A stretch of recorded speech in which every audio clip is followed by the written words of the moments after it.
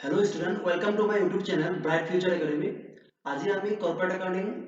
যে আগত পার্ট 1 আলোচনা কৰিছিলো তাৰে মই সেকেন্ড পাৰ্ট লৈ আহিছো এই সেকেন্ড পাৰ্টটো যিখিনি আলোচনা কৰিম ইয়াত স্টুডেন্ট এইখিনি তোমালোকৰ বিকম সিবিসিএস হওক বা নন সিবিসিএস হওক বা এনটিএনেটৰ যিকোনো এক্সামৰ ক্ষেত্ৰত যিকোনো কম্পিটিটিভ এক্সামৰ ক্ষেত্ৰতো এইখিনি যিখিনি কোৱেশ্চন আলোচনা কৰিম বহুত গুৰুত্বপূৰ্ণ হয় আশা কৰি তোমালোকৰ ভিডিঅ শেষলৈকে চাবা আৰু যদি ভাল লাগে শ্বেয়াৰ কৰিবা তোমালোকৰ বন্ধুবৰ্গৰ মাজত আজি পলম নকৰি আমি ভিডিঅ ষ্টাৰ্ট কৰিছো আৰু কোৱেশ্চনৰ মাজত আহিছো যিখিনি কোৱেশ্চন আলোচনা কৰিম সেইখিনি বহুত গুৰুত্বপূৰ্ণ হয় বিশেষকৈ বিকমৰ কাৰণে এইখিনি কোৱেশ্চন তোমালোকে ধুনীয়াকৈ নোট ডাউন কৰিবা যাতে তোমালোকৰ ভৱিষ্যতে এক্সামত যিটো তোমালোকৰ কাৰণে ভাল হ'ব তো নাও লেট ষ্টাৰ্ট আমি প্ৰথম কোৱেশ্চনটো আলোচনা কৰিম companies have a statutory obligation to prepare final accounts as required by dates of the Companies Act 2013 fill in the blanks মানে কৈছে কি কোম্পানী যিটো বিধিবদ্ধ দায়বদ্ধ থাকে ফাইনেল একাউন্ট বনাব লাগে যিটো তাৰ কোম্পানিজ এক্ট 2013 অনুসৰি কিমান নম্বৰ অনুসৰি বনোৱা হয় মানে কিমান নম্বৰ সেকশন অনুসৰি বনোৱা হয় সেকশনটো আমি ক'ব লাগে সেকশন 129 2013 কোম্পানী এক্টৰ যিটো সেকশন আছে 129 সেই সেকশনটো কৈছে যে কোম্পানীয়ে ফাইনেল একাউন্ট বনাব লাগে য'ত কোম্পানী কি একাউন্ট বনায় mainly statement of profit and loss account balance sheet তেওঁলোকে কি কৰে বনায় তো আমি ইয়াৰ পৰা এটা কথা গম পাওঁ যে কোম্পানী যেতিয়া ফাইনেল একাউন্ট বনাব ফাইনেল একাউন্ট বনাওঁতে তাত সেকশন জৰুৰী হ'ব যেটো কোম্পানীৰ সেকশন আছে 2013 ৰ আন্ডাৰত যেটো সেকশন এইটো 129 যেটো সেকশন 129 অনুসৰি কোম্পানী কি কৰে তাৰ ফাইনেল একাউন্ট বনাব লাগে এইটো অব্লিগেশনৰ কোম্পানীৰ বিধিবদ্ধ দায়বদ্ধতা ঠিক আছে student next question right the meaning of right share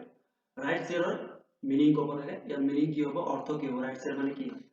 তো ইয়াৰ আনসাৰ দিয়া আছে কোম্পানী এক্ট 2013 অনুসৰি কৈছে কি the section 62 of the Companies Act 2013 deals with further issue of capital and prescribe the principle of preemptive right of shareholders to subscribe to the right share shares offered to the existing shareholders are called right share মানে কৈছে কি section 62 কোৱা হৈছে company actor যেটো section আছে 62 তাত কোৱা হৈছে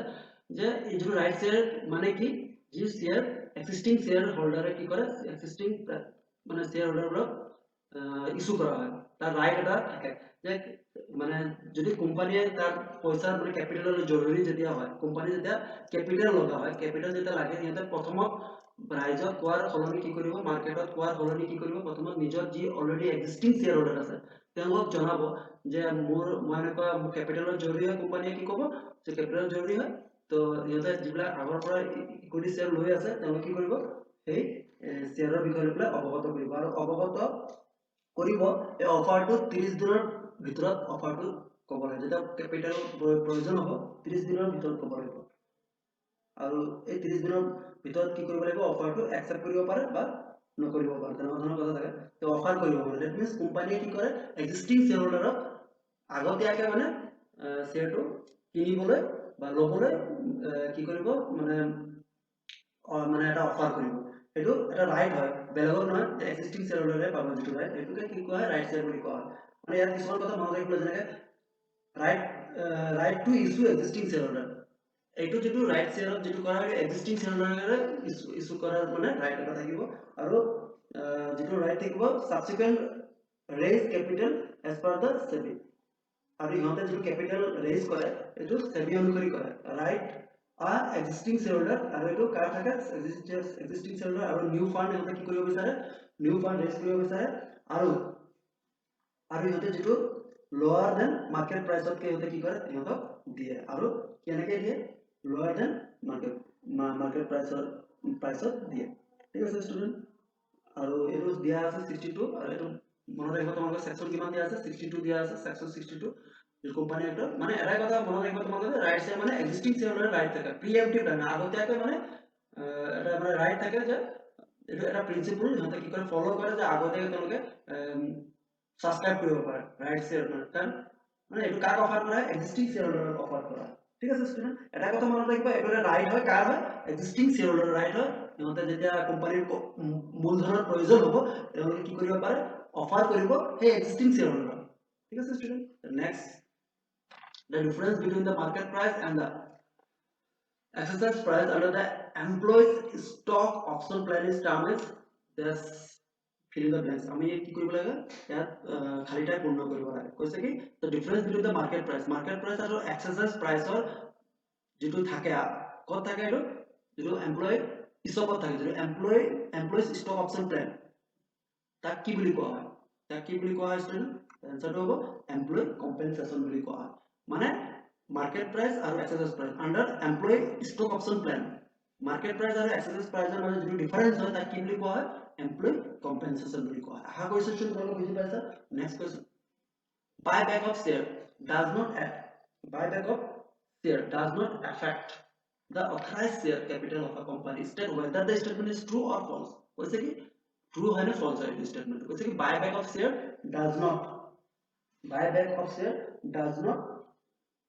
does not affect the authorized share capital of a company company authorized share capital of a buyback share কোনো কি নহয় বুলি কৈছে not authorized share capital of কোনো affect কৰে বুলি কোৱা মানে affect নহয় authorized share capital of কোনো affect নকৰে বুলি কৈছে কেতিয়া যেতিয়া buyback কৰা হৈছে তো এটা কথা হল কি buyback মানে কি buyback মানে আছে share কি কৰে buyback of share means buying or purchasing of equity share of a company by the company itself মানে কোম্পানি নিজে নিজৰ শেয়াৰটো কি কৰে আকৌ কিনি লয় মানে ৰিপাৰ্চেজ কৰে ঠিক আছে তো মানে বাইব্যাক শেয়াৰ মানে হৈছে এইটো when a company repurchases its own share যেতিয়া নিজৰ শেয়াৰ যেতিয়া কিনি লয় from the existing shareholder it is called buyback of share মানে আগৰ পৰা যিবিলাক কোম্পানীৰ existing shareholder থাকে সেই existing shareholder পৰা যদি কোম্পানী নিজে নিজৰ শেয়াৰটো যদি কিনি লয় ঠিক আছে বাইব্যাক কৰিলে কিনি লয় উলটাই কিনি লয় নিজৰ শেয়াৰটো তেতিয়াহ'লে তাক কি বুলি কয় buyback share বুলি কোৱা হয় তো ইয়াত কৈছে buyback share কোনো অথৰাইজ share capital ওপৰত কোম্পানীৰ অথৰাইজ যি share capital থাকে তাৰ ওপৰত প্ৰভাৱ নেপেলায় বুলি কৈছে তো শুদ্ধ হয় না ট্ৰু হয় না ফলছ হয় বুলি কৈছে গতিকে এইটো কি হ'ব ট্ৰু হ'ব হয় তো buyback share যেতিয়া অথৰাইজ share capital ওপৰত কোনো তাৰ প্ৰভাৱ নপৰে তো ষ্টুডেন্ট আশা কৰিছো তোমালোকে বুজি পাইছা নেক্সট কোৱেশ্চন লৈ আছো right the meaning of ৰিডেম্পশন of debenture out of profit আমি আমাক কি কৈছে যে ৰিডেম্পশন of debenture out of profit ৰিডেম্পশন of debenture out of profit year meaning আমাক ক'ব লাগে ৰিডেম্পশন ডিবেঞ্চাৰ আউট অফ মানে প্ৰফিটৰ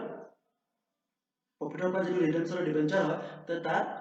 আউট অফ প্ৰফিট যদি ৰিডেম্পশন ডিবেঞ্চাৰ হয় এটো আমাৰ কি ক'ব লাগে মিনিং ক'ব লাগে তো মিনিং কি হ'ব তো ইয়াত দুটা ধৰণে আমি লিখিব পাৰো ইয়াত প্ৰথম কেনেকৈ লিখিব পাৰো ষ্টুডেন্ট এটো কৈ আছে redemption of debenture out of profit implies that an amount equal to the value of the debenture redemption reserved to bearer redemption reserved to bearer thus a part of the profit of a company are withheld from distribution to shareholder ঠিক আছে এনেকা ধৰণে লিখিব পাৰো আৰু এনেকা ধৰণেও হ'ব পাৰে ষ্টুডেন্ট তো সোৱা কেনেকা ধৰণে হ'ব পাৰে আৰু আমি তেনেকৈ লিখিব পাৰো আৰু মই ভাবো তোমালোকৰ যেটো ভাল লাগে এনেকৈ লিখিব পাৰা মিনিংটো এক নম্বৰৰ কোৱেশ্চন যদি আহে তো ইমানখিনি লিখিব পাৰা ইয়াতো এটো লিখিব পাৰা ষ্টুডেন্ট তাতো তোমালোকে এনেকৈ লিখিব পাৰা তো মই বুজাই দিম কি হয় কি নহয় So swap at the time of redemption of debenture, adequate profit are transferred from profit and loss appropriation account to the debenture redemption reserve account. Such redemption is transferred. Such redemption is termed as redemption out of profit. ठीक है student? वैसे कि এটা কথা হল প্রথমত আমি জানিব লাগিব redemption of debenture. Debenture মানে কি এটা জানিব লাগিব। ঠিক আছে student? Debenture মানে কি? Debenture মানে হৈছে কি আমি যেতিয়া কোম্পানীক ফাণ্ডৰ প্ৰয়োজন হয় তেতিয়া সিহঁতে কি কৰে এক্সটেনশন বা ডেভেলপমেন্ট কৰিব বিচাৰে এনে অৱস্থাত কোম্পানী কি কৰে শ্বেয়াৰ ইস্যু কৰে যদি ধৰি লোৱা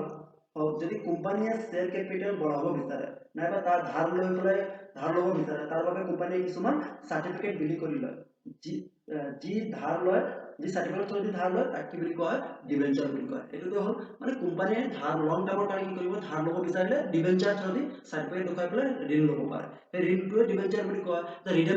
ৰিডেম্পশন মানে হৈছে ঋণৰ বাবদ যেটো দিবলগীয়া হয় পেমেন্ট কৰিবলগীয়া হয় পৰিশোধ কৰিবলগীয়া হয় এটো হল ৰিডেম্পশন ঠিক আছে বুজিতো পাইছা চাগে ষ্টুডেন্ট তো ৰিডেম্পশন মানে বুজি পাইছা যে যেটো সেই ডিবেঞ্চাৰৰ কাৰণে দিব পাব্লিকৰ পৰা যেতিয়া কোম্পানীয়ে ধাৰ লয় তাৰ পৰিপ্ৰেক্ষিতত যেতিয়া কোম্পানীৰ ডিবেঞ্চাৰ ৰিডেম্পশন কৰিব লাগে মানে দিব লাগে তেতিয়া এই তাকে কি বুলি কয় ৰিডেম্পশন ডিবেঞ্চাৰ মানে জানিব লাগে ৰিডেম্পশন ডিবেঞ্চাৰ মানে কি এইটো জানিব লাগিব এটা ডিবেঞ্চাৰটো কম পালা কোম্পানীৰ ধাৰ হয় কোম্পানীয়ে কি কয় নিজৰ ঋণ মানে ডিবেঞ্চাৰৰ অসমীয়াত কয় ঋণপত্ৰ থ্ৰুদি কি কৰে কোম্পানীয়ে ধাৰ লয় লং টাৰ্মৰ কাৰণে ধাৰ লয় আৰু যদি লং টাৰ্মৰ ধাৰ লয় কোম্পানীয়ে তাৰ কাৰণে পৰিশোধ কৰিবলগীয়া হ'লে এইটো ৰিডেমশ্যন বুলি কোৱা হয় আৰু ৰিডেমশ্যন ডিবেঞ্চাৰ বুলি ক'লে repayment of the debenture to the debenture holder by the company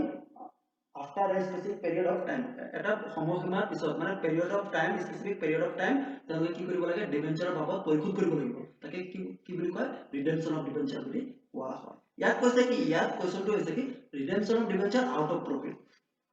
redemption debenture out of profit মানে কি এইটো কৈছে ইয়াত দিয়া আছে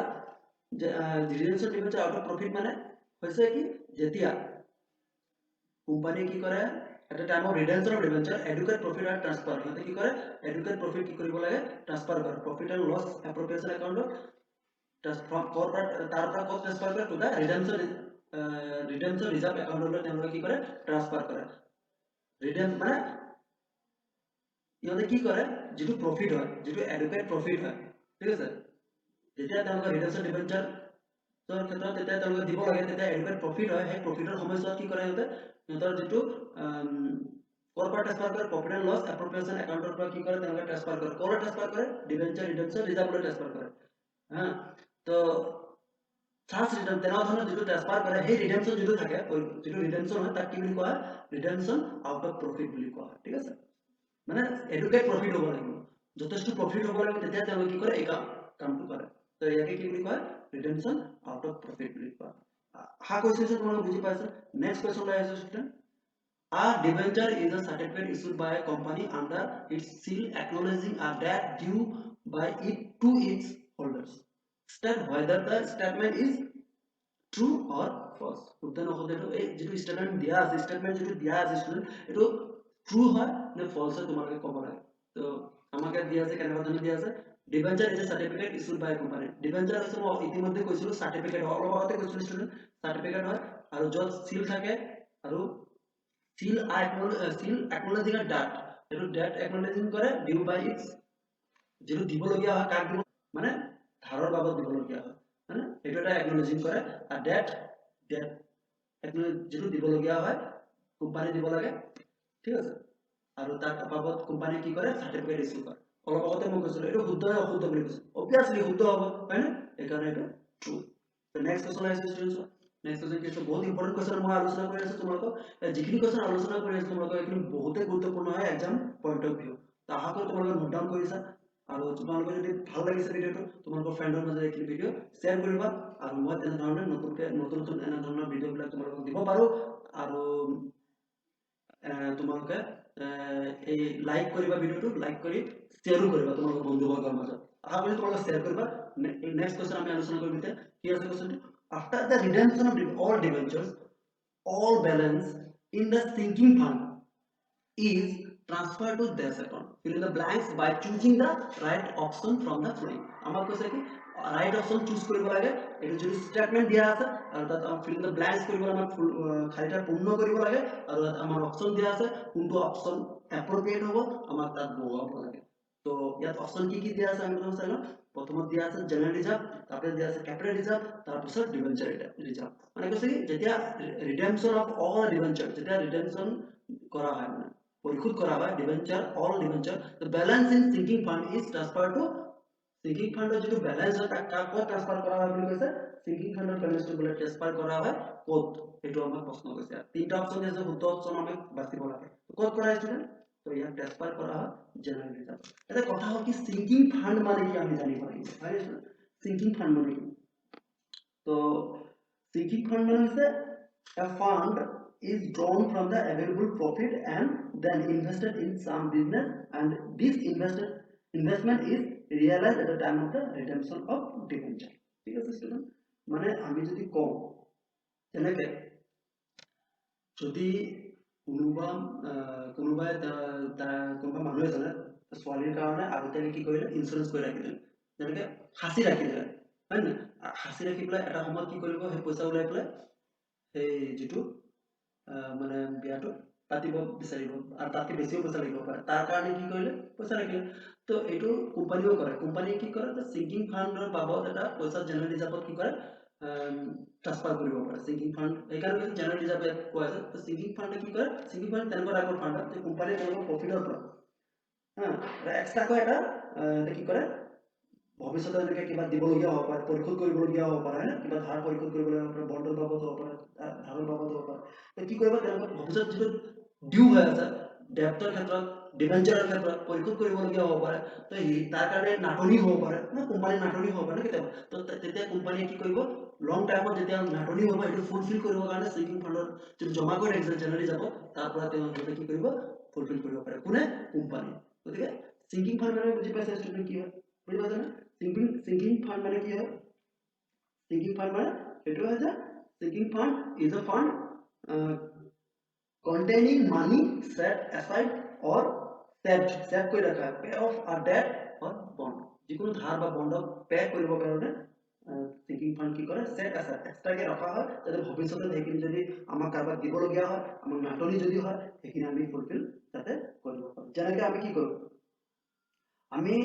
আৰু এটা মই উদাহৰণ দিছোঁ বিষয় লৈ পেলাই, যেনেকৈ আমি ছেভিং একাউণ্ট খোলোঁ, বেংকত গৈ পেলাই আমি ছেভিং মানে ডেপজিট কৰোঁ, মানি যেতিয়া ডেপজিট কৰোঁ ৰেগুলাৰলি, আৰু আৰু আমি সেইটো কিহৰ কাৰণে কৰোঁ, যে আমি ডেপজিট কৰোঁ এটা নিৰ্দিষ্ট পাৰপজৰ কাৰণে, আমি যাতে এই পইচাটো ইউজ কৰিব পাৰোঁ। ফৰ কিছুমান পাৰপজ থাকে, সেই পাৰপজ উদ্দেশ্যত আমি তাক কি কৰিব পাৰোঁ, পিছত ইউজ কৰিব ফৰ ছেট পাৰপজ, তাৰ কাৰণে আমি ডেপজিট কৰোঁ। এনেতো আমি ডেপজিট কৰি নাৰাখোঁ না, ডেপজিট কিহৰ কাৰণে, আমি যেতিয়া ছেভিং একাউণ্ট যদি ডেপজিট কৰোঁ বেংকত গৈ পেলাই, আমি কিয় ডেপজিট কৰিছোঁ, আমাৰ ভৱিষ্যত পইচা সঞ্চয় এইটো কাৰণে কৰোঁ, ভৱিষ্যত পইচা আমাক লাগিব, চ' আমি সঞ্চয় কৰি ৰাখোঁ। গতিকে এইটোৱে কি হ'ব, মানে ছিংকিং ফাণ্ডৰ কনচেপ্টটো ইমানটোৱে। ছিংকিং ফাণ্ডটো কোম্পানীত তেনেকৈ, কোম্পানীৰ ক্ষেত্ৰত তেনেকুৱা হয়। ঠিক আছে, ইয়াত আমি ৰিজাৰ্ভ পাইছোঁ, জেনেৰেল ৰিজাৰ্ভ পাইছোঁ। কোম্পানীৰ কেনেকুৱা ধৰণৰ ৰিজাৰ্ভ থাকে তোমালোকে জানা নিশ্চয়। কোম্পানীত মেইনলি তিনি ধৰণৰ ৰিজাৰ্ভ আমি, বা ৰিজাৰ্ভ বুলি ক'লে আমি তিনি ধৰণৰ পাব পাৰোঁ মেইনলি। এটা হ'ল ৰেভিনিউ ৰিজাৰ্ভ, আৰু এটা কেপিটেল ৰিজাৰ্ভ, আৰু এটা হ'ল চিক্ৰেট ৰিজাৰ্ভ। চিক্ৰেট ৰিজাৰ্ভ কোম্পানীৰ ক্ষেত্ৰত চিক্ৰেট ৰিজাৰ্ভৰ কথা নাই। কোম্পানীৰ ক্ষেত্ৰত এইটো বেংকৰ ক্ষেত্ৰত আহে। চিক্ৰেট ৰিজাৰ্ভ সদায় কোনে কৰে, চিক্ৰেট ৰিজাৰ্ভটো বেংকেহে কৰে। বেংক বা ইঞ্চুৰেঞ্চ কোম্পানীবিলাকে কি কৰিব, এই চিক্ৰেট ৰিজাৰ্ভ তেওঁলোকে ক্ৰিয়েট কৰে না, ঠিক আছে। প্ৰভিজনৰ কাৰণে হ'ব পাৰে, কিবা কাৰণে প্ৰভিজন হ'ব কাৰণে, ডেপ্ৰিচিয়েশ্যনৰ কাৰণে বেংকে এইখিনি কৰে, ঠিক আছে। কেপিটেল ৰিজাৰ্ভ সদায় আউট অফ কেপিটেল প্ৰফিটৰ পৰা কৰা হয়, ক্ৰিয়েটেড কৰা হয়, ঠিক আছে। আৰু ৰেভিনিউ ৰিজাৰ্ভ কৰা হয় ক্ৰিয়েটেড আউট অফ প্ৰফিট। আৰু কেপিটেল ৰিজাৰ্ভটো কৰা হয় আউট অফ কেপিটেল, আৰু ৰেভিনিউ ৰিজাৰ্ভ কৰা হয় আউট অফ প্ৰফিট। আকৌ ৰেভিনিউ ৰিজাৰ্ভত দুটা ভাগত ভাগ কৰা হৈছে, এটা হ'ল স্পেচিফিক ৰিজাৰ্ভ আৰু জেনেৰেল ৰিজাৰ্ভ। স্পেচিফিক ৰিজাৰ্ভ হ'ল specifically created for which it was created specially, মানে বিশেষ উদ্দেশ্যৰ কাৰণে স্পেচিয়েল ৰিজাৰ্ভ ক্ৰিয়েট কৰা হয়, যিটো উদ্দেশ্য বিশেষ উদ্দেশ্য থাকে তাৰ কাৰণে কৰা হয়। আৰু জেনেৰেল ৰিজাৰ্ভ কৰা হয়, জেনেৰেল ৰিজাৰ্ভ এটা কথা মনত ৰাখিব, জেনেৰেল ৰিজাৰ্ভ কেতিয়াবা কি বুলি কয়, ফ্ৰী ৰিজাৰ্ভ বুলিও কোৱা হয়। ফ্ৰী ৰিজাৰ্ভ বুলি কয়, মনত ৰাখিব ভালকে। ফ্ৰী ৰিজাৰ্ভ বুলি কয় কাক কোৱা হয়, জেনেৰেল ৰিজাৰ্ভক কোৱা হয়। Can be utilize multiple needs in future. মানে জেনেৰেল ৰিজাৰ্ভ আমাক কিয় লাগে, কোম্পানীক জেনেৰেল ৰিজাৰ্ভ কিয় ক্ৰিয়েট কৰিব লাগে, কোম্পানীক জেনেৰেল ৰিজাৰ্ভ এইটো কাৰণে ক্ৰিয়েট কৰিব লাগে, কোম্পানীৰ মাল্টিপল নিড হ'ব পাৰে ভৱিষ্যত ক্ষেত্ৰত, এই মাল্টিপল নিড যাতে তেওঁলোকে কি কৰিব পাৰে, ফুলফিল কৰিব পাৰে, তাৰ কাৰণে জেনেৰেল ৰিজাৰ্ভ কোম্পানীয়ে কি কৰে। আৰু চবতকৈ ইম্পৰ্টেণ্ট জেনেৰেল ৰিজাৰ্ভ ৰেভিনিউ ৰিজাৰ্ভৰ এটা পাৰ্ট হয়। ৰেভিনিউ ৰিজাৰ্ভ দুটা প্ৰকাৰ আছে, স্পেচিফিক ৰিজাৰ্ভ আৰু জেনেৰেল ৰিজাৰ্ভ। জেনেৰেল ৰিজাৰ্ভ কিয় কাৰণে, কিয় মাল্টিপল নিড কিছুমান থাকিব কোম্পানীৰ, ভৱিষ্যতত সেই নিডখিনি যাতে তেওঁলোকে ফুলফিল কৰিব পাৰে। আশা কৰিছোঁ ষ্টুডেণ্ট জেনেৰেল ৰিজাৰ্ভ তোমালোকে বুজি পাইছা। কেপিটেল ৰিজাৰ্ভৰ কথা বুজি পাইছা। Capital reserve out of capital তেওঁলোকে ক্ৰিয়েট কৰে লং টাৰ্মৰ কাৰণে, utilize for long term capital investment, তাৰ কাৰণে কৰা হয়, ঠিক আছে। যেনেকৈ কোম্পানী কেতিয়াবা বিল্ডিং কিনিবলগীয়া হ'ব পাৰে, বিল্ডিং ল'বলগীয়া হ'ব পাৰে, ঠিক আছে। কেপিটেল ৰিজাৰ্ভ কিয় কাৰণে ক্ৰিয়েট কৰা মই কৈ আছোঁ, কোম্পানী কেতিয়াবা বিল্ডিং কিবা বস্তু বিক্ৰী কৰোঁতে লছ হ'ব পাৰে, সম্পত্তি বিক্ৰী কৰোঁতে লছ হ'ব পাৰে, তেনেকুৱা ক্ষেত্ৰত কি হয়, কেপিটেল ৰিজাৰ্ভৰ জৰুৰী হয় লং টাৰ্মৰ কাৰণে। কেপিটেল ৰিজাৰ্ভৰ জৰুৰী, এইটো কেপিটেল ৰিজাৰ্ভ বুলি কয়। জেনেৰেল ৰিজাৰ্ভ বুজি পালা, ডিভেঞ্চাৰ ৰিটাৰ্ণটো তোমালোকে গমেই পাইছা, অলপ আগত মই আলোচনা কৰিছিলোঁ ষ্টুডেণ্ট, হয়নে? আমি নেক্সট কুৱেশ্যনলৈ আহিছোঁ ষ্টুডেণ্ট, কি আছে আশা কৰি তোমালোকে বুজি পাই আছে ষ্টুডেণ্ট। শ্বেয়াৰ কৰিবা যিমান পাৰা তোমালোকৰ বন্ধুবৰ্গৰ মাজত এইখিনি শ্বেয়াৰ যাতে কৰা। In case of amalgamation in the nature of merger, equity shareholders of the combining entities continue to have proportionate share in the combined entity. State whether the statement is true or false. কৈছে এই যদি statement দিয়া আছে এইটো কৈছে কি শুদ্ধ true হয় নে ফলছ হয়, ঠিক আছে। প্ৰথম কথাটো হ'ল আমাৰ কি কৈছে জানিব লাগিব। প্ৰথম কৈছে in case of amalgamation in nature of merger, মাৰ্জাৰৰ জানা তোমালোকে in the nature of merger আছে, হয়নে? আৰু যিটো in the nature of merger, in the nature of purchase, এনচাৰটো হ'ব শুদ্ধ ঠিক আছে student so in case of amalgamation in the nature of merger equity shareholder of the combining entities continue to have proportional share in the combined entity etu শুদ্ধ হয় true হয় next question la আছে student কৈছে কি state the meaning of amalgamation as per accounting standard 14 amalgamation accounting standard 14 মতে meaning to ক'ব কৈছে তাৰ meaning to কি হয় ক'ব লাগে ইয়াৰ answer meaning to ইয়াত দিয়া আছে 1 marks কাৰণে sufficient হয় 2 marks কাৰণে sufficient হয় 1 marks আহিলে তোমালোকে ইমান লিখিব পাৰা যদি তোমালোকক simply amalgamation মানে কি হয় যদি তোমালোকক কয় amalgamation হয় তো ইমানটো লগে লিখিলো হ'ল ঠিক আছে তোমালোকক যদি 2 mark কৰা হয় তেতিয়াহলে ইমান লিখিব পাৰা বা 1 mark কাৰণে তোমালোকে যদি ভাবা এটো লিখিব লাগে লিখিব পাৰা তো ইয়াৰ প্ৰথমে জানিব লাগিব amalgamation কি হয় when two or more companies are combined into one by merger যদি মার্জারের দ্বারা দুটা কোম্পানি একলগ হয় two or more companies are combined একলগ হয় হ্যাঁ কিহৰ দ্বাৰা